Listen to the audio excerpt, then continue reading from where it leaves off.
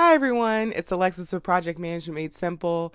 In this video, I'm going to be giving you all some tips to spice up your retrospective. If you're finding that you're doing continuous improvement and your retrospective is in a place where your team is not really generating ideas, then this video is for you. So just as a reminder, what a retrospective is, it's an opportunity for the team to get together, to look at their process, to look at their product, and to talk about the things that went well, things that haven't gone so well, and any areas for improvement. That's kind of like the Retro 101 template. But what I have found is that as teams advance, sometimes the retrospective can get stale. And so, as a Scrum Master, as the team's coach, it becomes our responsibility to look into how we can still generate conversations and ideas around how to continuously improve. So, in this video, I'm going to give you all 4 things that you can consider when it comes to spicing up your stale retrospective. First is to revisit your team's working agreement. If this is something that you don't have in place already, consider putting one in place. So, a team working agreement is a document in which it lists out, actually it's a document with a few agreements that are listed out of ways that the team agrees to work with each other.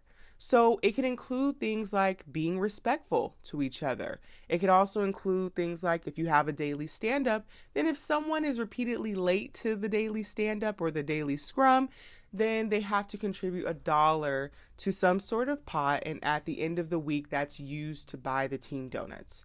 Now, a lot of us are or I should say some, I'm not sure if it's a lot, but some of us are in a remote environment, so maybe something like that wouldn't work. But you get the idea. It's a way of ensuring that the team has thought about how best to work with each other. Something else they can consider in that working agreement is how they want to handle conflict. So having a team working agreement, revisiting that or establishing that is going to be a good way for the team to pause and reflect about how best to work with each other. Number 2 is to consider inspecting your carryover patterns. So if you are finding that through your retrospectives, you all are consistently having carryover, then this is going to be an opportunity to get to the root cause and to look into what's happening. Now, what should be happening is that you're having your retro on a regular basis.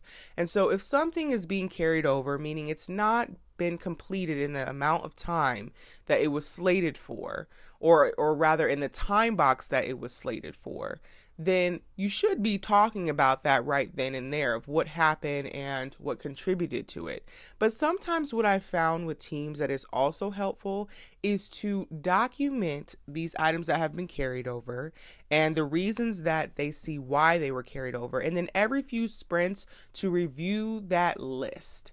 And in doing that, they can better be able to see any patterns.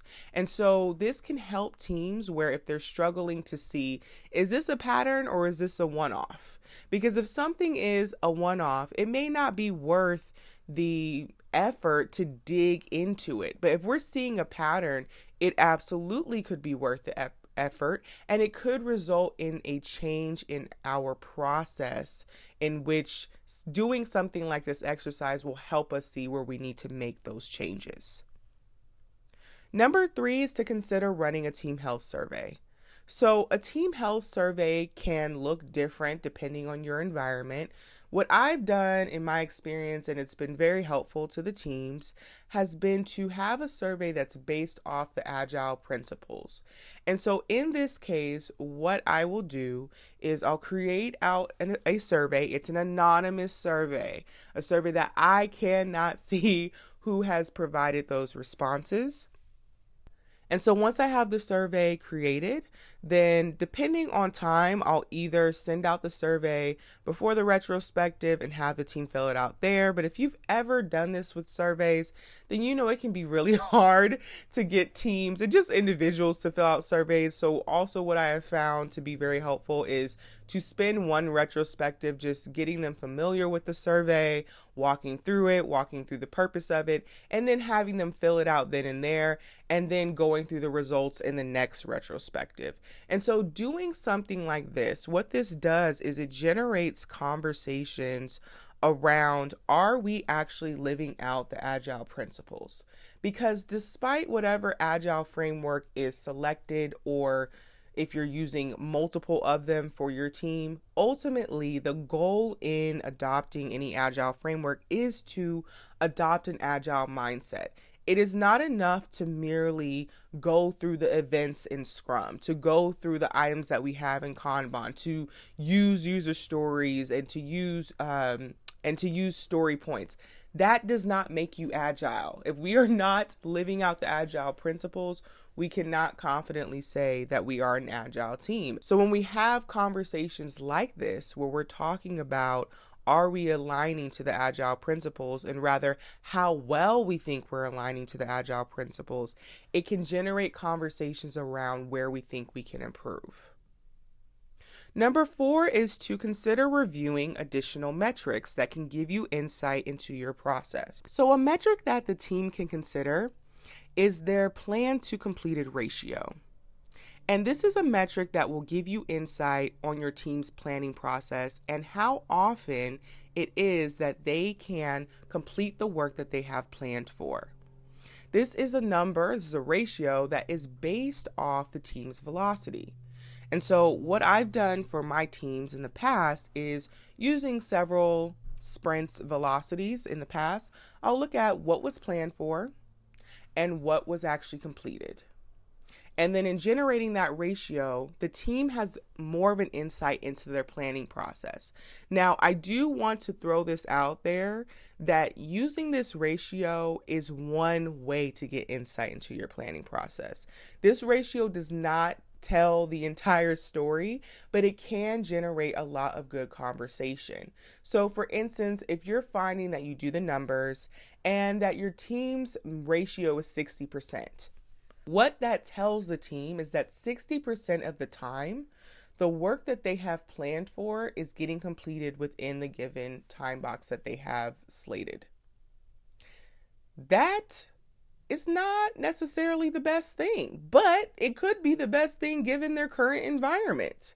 So what I have found in providing my team this sort of ratio is that it generates conversations around what our planning process looks like, what things are happening throughout the life cycle of our sprints that could be contributing to this, and how we could improve. Now, if you're hearing this, one thing that an alarm that might go off for you is, wait a minute, why does the team even need this ratio to get this insight? Shouldn't they see this in terms of if work is being carried over or work is not being completed within the time box? Like, can't we have this conversation in other ways? Sure, you can have this conversation in other ways. But this isn't the case where this is something I would say you can add on top of that if you find it useful. And so in this case, because this is something that when you are gathering this insight, it's over several sprints versus just looking one sprint in the past. Again, it goes back to that, is this a one-off versus is there a pattern here? And so if a team is finding that on average only 60% of the time that the work that they have planned for is getting completed, hopefully that should generate a lot of conversation around what's happening and what's causing that and how they can improve that ratio. Another metric to consider is the team's defect count. And if you have the data, looking into where that defect was detected. Was it detected in a pre-prod or UAT or test environment, or was it detected in production? In general, defects, as they go further along the delivery pipeline, they're more costly. If we have a defect in production versus a defect in a pre-prod environment, that is going to be more costly. Because in production, the assumption is that the users are using these features. And so if there's a defect and it blocks them from doing their work, then that becomes more costly to fix, more so than if we find this defect beforehand in hopefully pre-production environments. And so we can do things like looking at the team's defect count and where those defects were detected to get insight on the team's testing process or in their QA process and how well that is doing. Similar, I want to also call this out, very similar to what I said about the metric before.